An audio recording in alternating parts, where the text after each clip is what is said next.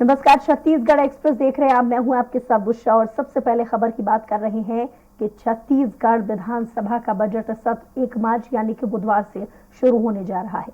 राज्यपाल के अभिभाषण के साथ सत्र का आगाज हो जाएगा और इस दौरान 14 बैठकें होंगी। 6 मार्च को राज्य सरकार बजट पेश करेगी और बजट सत्र 1 मार्च से 24 मार्च तक चलेगा। इसमें वित्तीय वर्ष के कार्य के साथ अन्य शासकीय कार्य होंगे। होली की वजह से 7 मार्च से 12 मार्च तक विधानसभा की कार्यवाही नहीं चलेगी। मुख्यमंत्री भूपेश बघेल बजट पेश करेंगे। चुनावी साल में नई सौगातें जनता को मिल सकती हैं।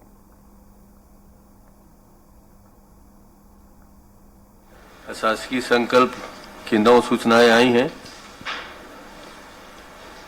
एक शासकीय विधेयक की भी सूचना है।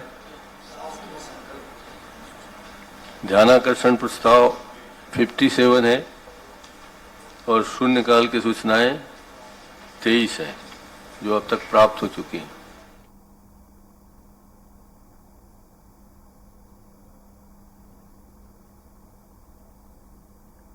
रायपुर से अगली बड़ी खबर आपको बता रही हैं, जहां बजट सत्र को लेकर बीजेपी नेता केदार कश्यप का बयान सामने आया है। हम चाहते हैं कि विधानसभा की सिटिंग पूरी हो। केदार कश्यप, कांग्रेस हमेशा समय से पहले सत्र को समाप्त करवाती है। कांग्रेस मुद्दों से बचना चाहती है। केदार कश्यप ने कहा, हमारे सभी विधायक सक्षम हैं, सभी मुद्दों को अच्छे से उठाते हैं।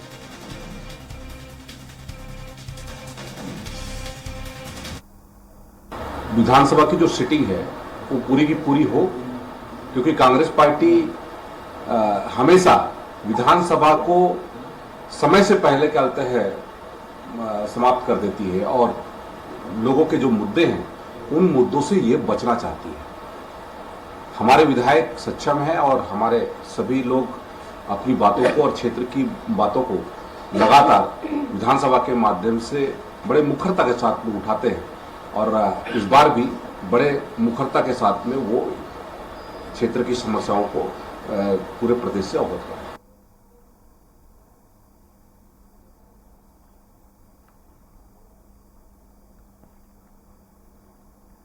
और इस पर ज्यादा जानकारी के साथ स्वाति हमारी संवाददाता लाइव हमारे साथ जुड़ गई हैं।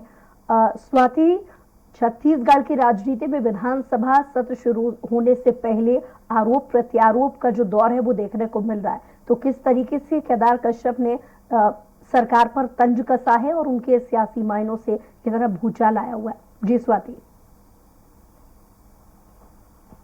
बुशरा, देखिए, केदार कश्यप पुराने नेता हैं बीजेपी के, लेकिन यहाँ पर आरोप प्रत्यारोप का दौर जो है वो बिल्कुल चालू हो चुका है। कल से विधानसभा का सत्र है। 1 मार्च से 6 मार्च को यहाँ पे बजट जो है वो प्रस्तुत किया जाएगा, लेकिन उसके ठीक पहले आवास का मुद्दा है, उसके ठीक पहले स्वास्थ्य का मुद्दा है, उसके ठीक पहले 200 करोड़ का सीएम आवास बन रहा है, उसका मुद्दा है। ये जो है ये विपक्षी नेताओं के द्वारा जो तमाम जो मुद्दे उठाए जा रहे हैं और ये कहा जा रहा है कि हम चाहते हैं कि पूरी सिटिंग हो। तो ये दोनों जो पूरी बातें हैं ये विपक्ष के द्वारा अभी की जा रही है वर्तमान सरकार को लेकर। लेकिन यहाँ पर देखने वाला विषय ये भी है कि जब सदन चालू होता है तो कई बार ये भी देखा गया है कि विपक्ष जो है सेम मुद्दों के साथ लॉ एंड ऑर्डर और कृषि और बाकी जो व्यवस्थाएं हैं उसको लेकर जब चर्चा होती है तो कई बार विपक्ष नाराज होकर वॉकआउट भी करता दिखा है। तो पूरी जो कार्यवाही है 14 सेटिंग्स होनी है बुशरा यहाँ पर विधानसभा सत्र में कल से 1 मार्च से, जिसमें बीच में होली की छुट्टियां भी बताई गई हैं। तो 14 जो बैठकें हैं उसमें कितना प्रश्न जो है वो विपक्ष अपना रख पाता है। 1730 प्रश्न लगे हैं अभी तक विपक्ष के टोटल विधानसभा में। तो कितने मुद्दे विपक्ष जो है वो वहां पर रख पाता है और कितने मुद्दों पर वास्तविकता में चर्चा हो पाती है, ये देखने वाला विषय रहेगा। क्योंकि सदन के बाहर जो है वो बातें की जाती है और उसके बाद सदन में कार्यवाहियां जो चलती है, ये दोनों में बहुत सारी डिफरेंसेस आ जाते हैं। तो अब ये जो एलिगेशन लग रहे हैं इसका कांग्रेस कैसे जवाब देगी? क्योंकि कांग्रेस जवाबदेही है, 71 उनके विधायक हो चुके हैं अभी सदन में। तो इन सारी चीजों का जवाब जो है वो विपक्ष मांगेगी। जी स्वाति, साथ ही ये भी जानना चाहेंगे, जाहिर है कि इतने सारे जो सवालों की छड़ी है बजट सत्र शुरू होने से पहले ही बीजेपी की तरफ से देखने को मिल रही है और जाहिर है सीधा हमला यहाँ पर छत्तीसगढ़ सरकार पर है। तो क्या छत्तीसगढ़ सरकार के किसी नेता की तरफ से अभी तक इसको लेकर के कोई प्रतिक्रिया सामने आई है स्वाति? जी देखिए, दोनों ही पक्षों में, पक्ष और विपक्ष में वाद विवाद का जो माहौल है वो हमेशा ही बना चलिए रहता है। स्वाति, रोकना राजनीतिक चाहूंगी तंज आपको, जो हमारे है वो साथ हमेशा। अमित चिमनानी जी बीजेपी से प्रवक्ता वो जोड़ गए हैं हमारे साथ फोन लाइन पे। दूसरी तरफ अजय गंगवानी जी कांग्रेस से प्रवक्ता है, वो भी हमारे साथ जुड़ गए। आप दोनों का बहुत स्वागत है। अजय जी, सबसे पहले आपसे ही जानना चाहेंगे, क्योंकि बीजेपी का लगातार सत्र शुरू होने से पहले ये सवाल है कि कांग्रेस इस सत्र हर बार अधूरा रखती है और उनके जो सवाल है वो पूरे नहीं हो पाते हैं। केदार कश्यप बीजेपी से नेता, उन्होंने हाल ही में इसको लेकर के तंज कसा है, क्या कहेंगे, आपकी क्या प्रतिक्रिया है इसको लेकर? देखिए, कहीं ना कहीं भारतीय जनता पार्टी का कभी लोकतंत्र पे, संविधान पर विश्वास रहा ही नहीं। आज तक जितने भी सत्र हुए हैं ये लगातार शिकायत जरूर करते हैं, परंतु ये सिर्फ प्रश्न पूछ के बहिर्गमन की इनकी आदत है, क्योंकि इनके पास कोई आधार नहीं है, कोई मुद्दा नहीं है, सिर्फ और सिर्फ प्रश्न पूछते हैं। हमारा पूरा मंत्रिमंडल, माननीय मुख्यमंत्री भूपेश बघेल जी, सारे विभागीय मंत्री पूरे जोर शोर से, सारी तैयारी के साथ इनके एक प्रश्नों के जवाब पूरे तथ्यात्मक ढंग से लिखित रूप में देते हैं, परंतु ये जवाब सुनने के लिए तैयार नहीं है, क्योंकि इनको सिर्फ और सिर्फ राजनीति करनी है, मुद्दों को उठाना है, बहिर्गमन करना है और प्रदर्शन करना है। देखिए, छोटा सा उदाहरण दे दूं, प्रधानमंत्री आवास की लगातार ये बात करते हैं। आज केदार कश्यप जी का बयान आता है, हमारे द्वारा 20 जुलाई 2022 को विधानसभा के मानसून सत्र में महासाधक मंत्री के द्वारा डिटेल आंकड़े दिए गए।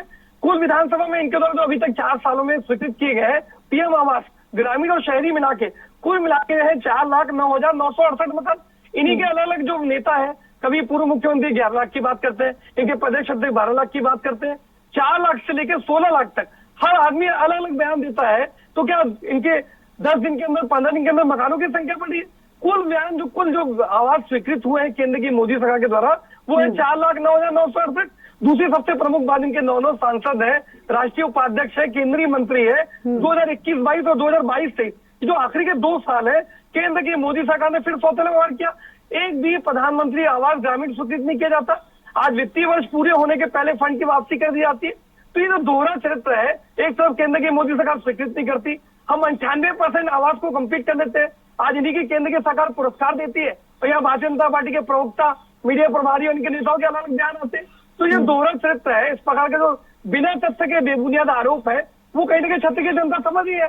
मुश्किल इसी का परिणाम है, चाहे 5 विधानसभा के उपचुनाव हो, त्रिस्तरीय पंचायत चुनाव, नगरीय निकाय चुनाव, सारे चुनाव परिणाम आज माननीय भूपेश बघेल जी और कांग्रेस सरकार के समर्थन में आ रहे हैं। लेकिन इस सच को स्वीकार करने का नैतिक साहस इसमें नहीं है।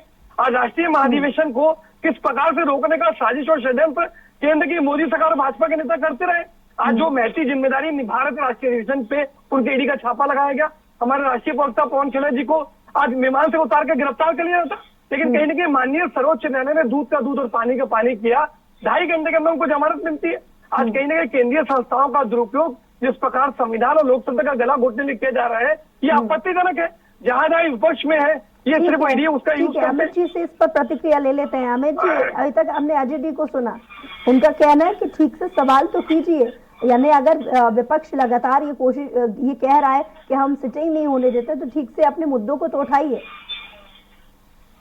हम लोग वक्तव्य सुन रहे थे तो छत्तीसगढ़ की बात कम हुई और बाकी बातें ज्यादा हो गई, और इसीलिए प्रदेश की जनता ये कहती है कि कांग्रेस जब विपक्ष में थी तो भी उसका वही रवैया रहा, और जब सत्ता में आ गई 4.25 साल हो गए तो भी रवैया वही है, सवाल के बदले सवाल, आरोप के बदले आरोप। तो विपक्ष की भूमिका से निकल नहीं पा रही है, इससे लोगों में भी बड़ी निराशा है। सवाल ये था कि विधानसभा का सत्र आप चलने दीजिए। मंत्रियों से सवाल पूछे जाते हैं तो मुख्यमंत्री उठकर जवाब देते हैं। पिछली बार सवाल पूछा गया अमरजीत भगत साहब से कि धान की खरीदी में कितना पैसा राज्य ने दिया, कितना केंद्र ने दिया, तो उन्होंने ईमानदारी से बताया। उसके बाद मुख्यमंत्री ने उनको बिठा दिया। कवासी लखमा जी से सवाल पूछा गया तो मोहम्मद अकबर जी खड़े होकर जवाब देते हैं। गुरु रुद्र कुमार जी से पूछा जाता है तो रविंद्र चौबे जी जवाब देते हैं। और फिर उसके बाद जब प्रश्नों का उत्तर नहीं आ पाता है तो विधानसभा की कार्रवाई को स्थगित करवा देते हैं। जो ध्यानाकर्षण प्रस्ताव हम लगाते हैं उस पर चर्चा नहीं करवाते, स्थगन जो हम लगाते हैं उस पर चर्चा नहीं करवाते। और देखिएगा ये सत्र भी पुराने सत्रों की तरह ये आधे में बंद कर देंगे। क्यों डरते हैं, किस बात से परेशान है? अरे हम जो पूछ रहे हैं प्रश्न, तो आपकी जवाबदेही है जवाब देने की। आप प्रश्न के बदले प्रश्न बाद में करिए, अभी विधानसभा सत्र की बात चल रही है। आप सारे मुद्दों को क्यों मिला लेते हैं? बदले सवाल करती है कांग्रेस, जवाब नहीं देती, क्या कहेंगे? मुश्ताक जी, देखिए यही कहीं ना कहीं मूलभूत अंतर है। आज इस प्रकार से लोकसभा में, राज्यसभा में आज रोजगार पे, महंगाई पे, आर्थिक असमानता पे चर्चा से भागते हैं। ये माननीय मोदी जी का और भारतीय जनता पार्टी का चरित्र है, ये कांग्रेस का चरित्र नहीं है। आज देखिए जितने भी चरित्र, आप खुद वरिष्ठ एंकर हैं, आज जितने भी सत्र हुए, आज जितने सत्र होते उसके 2 दिन पहले तक तो प्रश्न नहीं थे पूछने के लिए। दूसरा, ये सिर्फ और सिर्फ राजनीति करने का प्रयास करते हैं। अगर आप में नैतिक साहस है तो प्रश्न का जवाब सुनने का साहस तो रखिए, आप सिर्फ राजनीति करने का प्रयास करते हैं। आज हमारे जो मंत्री हैं, आज देखिए जो उदाहरण दे रहे हैं, जब कवासी लखमा जो उपस्थित नहीं थे, पहले ही मौजूद था, सदन को इस बात की पूर्व सूचना थी। अकबर जी, मोहम्मद अकबर जी जो वरिष्ठ मंत्री हैं, पीएम आवास का पूरा डिटेल दिया गया था, एक एक आवास का। आप चाहे तो मैं आखिरी तो दे सकता हूँ, 2019 में 1,51,072, 2020-21 में 1,57,815। ये सारे आंकड़े देने के बाद नीति की कमी है, यही कहना चाह रहे हैं अजय जी, नीति की कमी है। एक छोटा सा और उदाहरण दे दूं, आज हिंडनबर्ग की रिपोर्ट होती है, आज एलआईसी के जो पॉलिसी धारक थे या जो स्टेट बैंक के अकाउंट धारक थे, आज 40 बिलियन से संपत्ति 140 बिलियन पहुंच जाती है। ठीक है, प्रधानमंत्री लास्ट कमेंट अमित जी से चाहूंगी मैं, लास्ट कमेंट संक्षेप में अमित जी। ये चर्चा से भागने का चरित्र भारतीय जनता पार्टी और केंद्र की मोदी सरकार का कमी है। Amit ji last comment. छत्तीसगढ़ के कांग्रेस के मित्रों को 4-4.25 ये समझ में नहीं आया 4.25 साल कि वो छत्तीसगढ़ में राजनीति कर रहे हैं। वो अमेरिका के हिडनबर्ग का विषय, एलआईसी का राष्ट्रीय परिप्रेक्ष्य में राहुल गांधी जी हैं ना, आप छत्तीसगढ़ की बात करिए ना। चर्चा से मत भागिए। मैं बीच में नहीं बोल रहा था, ये बड़ी गंदी आदत है कांग्रेस के मित्रों की। मैं कह रहा हूँ कि छत्तीसगढ़ के विषय पे बात करेंगे हम, तब तो कुछ सवाल का जवाब आएगा ना। सवाल होता है छत्तीसगढ़ का, आप जवाब देते हैं हिडनबर्ग का। सवाल होता है प्रदेश का, आप राष्ट्रीय परिप्रेक्ष्य में बात करने लग जाते हैं। तो इससे छत्तीसगढ़ की जनता के विषयों का समाधान नहीं हो पा रहा है। बहरहाल बहुत शुक्रिया आप दोनों का हमारे साथ जुड़ने के लिए। अजय जी आपका भी और अमित जी आपका भी बहुत शुक्रिया हमारे साथ जुड़ने के लिए और तमाम बातचीत के लिए।